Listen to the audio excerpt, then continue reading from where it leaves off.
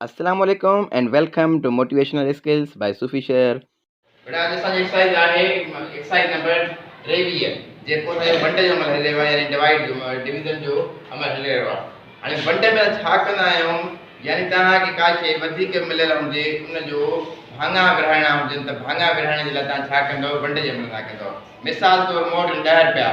मां चवां थो 5 ॿारनि में विरहाईंदुमि त हिकु हिकु ॿार घणा मिलंदा मोट घणा 10 रुपया आहिनि चवां थो 5 ॿारनि में विरहायो घणनि ॿारनि में विरहायो 5 ॿारनि में विरहायो घणनि में 5 में विरहायो हिकु हिकु घणा मिलंदा 10 रुपया कीअं ख़बर पई ये वंडा हाणे 5 जो पूरो करो 10 ते 1 50 50 50 10 छा जवाब आयो 2 हिते 10 10 में 10 विया पूरी बची ठीक आहे असां जवाब छा मिलियो 2 रुपया उन हर हिकु खे असां छा ॾींदासीं 2 रुपया समझ में आई ॻाल्हि हाणे ॿियो तरीक़ो बि आहे हिकु हे हाणे तव्हांखे 10 रुपया ॾिना ने हाणे चए थो 10 मां के 5 माइनस कंदासीं 5 माइनस कंदासीं घणा बचा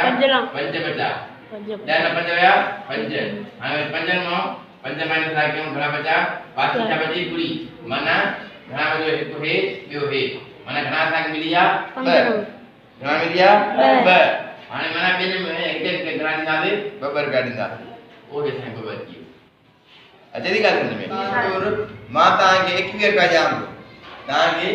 21 रुपया ॾियां थो घणा ॾियां 21 रुपया ॾियां थो चवां थो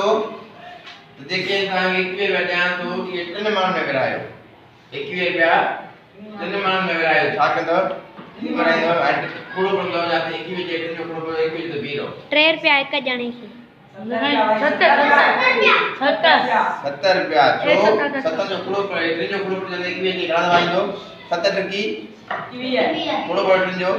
1 टकी 7 टकी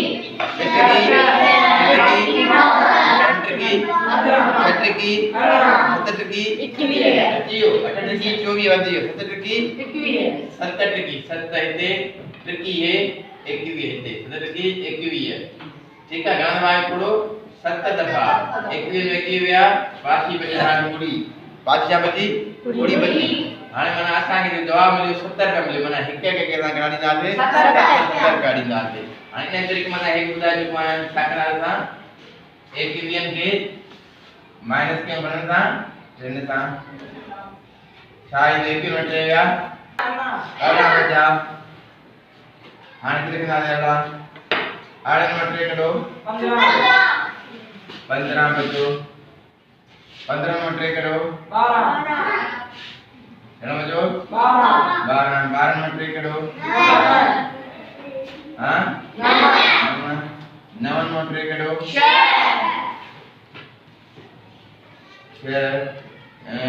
6 में 3 करो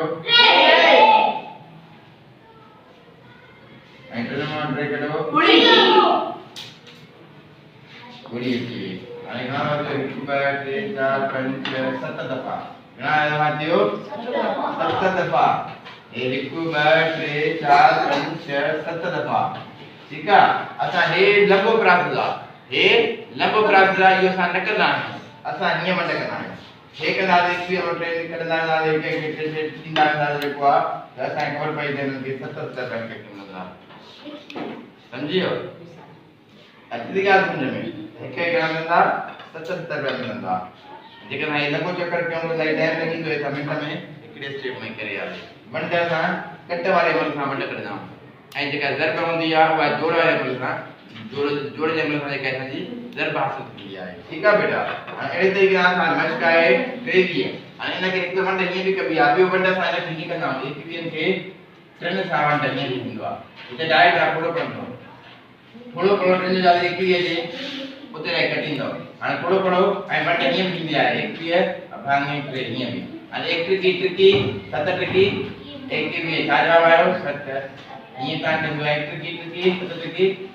21 हाणे घणो जवाब आयो 7 हिकु जवाब अची वियो हिन शिकिल में कयो हिन शिकिल में कयो हिन शिकिल में कयो हिन शिकिल में कयो तव्हांखे हे तरीक़ा आहे वंड करण जा अब घणे सवाल आहे असां वटि 57 डिवाइडेड बाय 8 यानी 56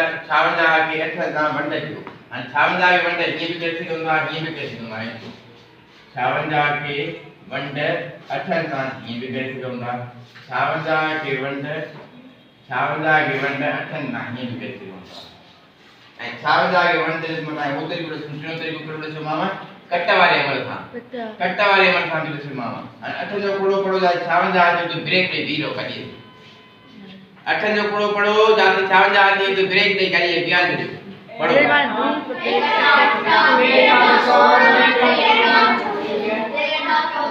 चार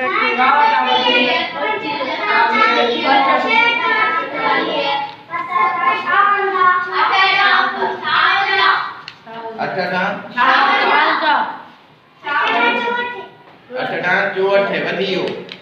चौठ है वधियो अठसता शालजा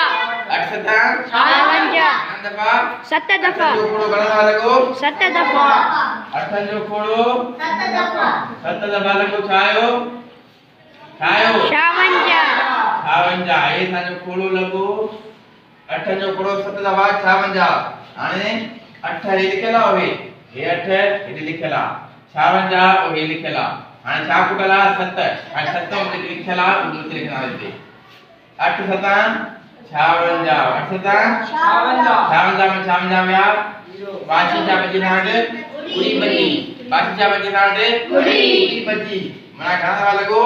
7 दफा घना दफा 7 दफा इते वही करी माने 1 8 8 7 8 56 आयो 7 ए जो जवाब हेठा है जवाब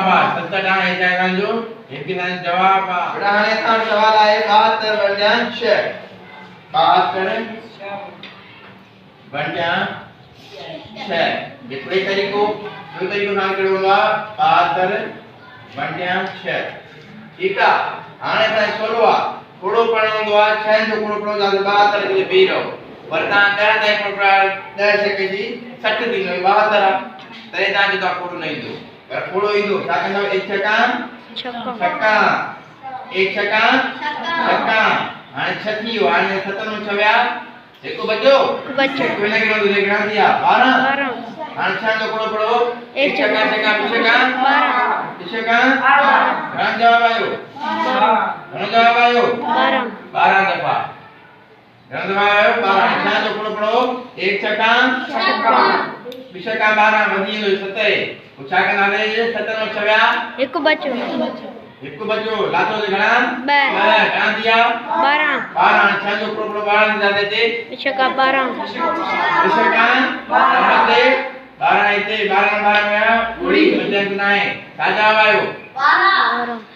मना तथा साजा आयो ते 72 के वंड के साथ 6 साजा आविदो 12 ठीक है बेटा हाने सा वडाई 50 के 50 सा वंड क्यों 50 के 50 सा वंड क्यों हाने इते डायरेक्ट करके बुझा इते 1 50 इते जाके 1 50 50 भी 50 जाए वधी दो 8 इते 1 50 50 8 नो 5 व्या 3 बचा 3 जो उसने की घना दिया कंट्री है हां 5 नो पूरा पड़ जाए कंट्री है जे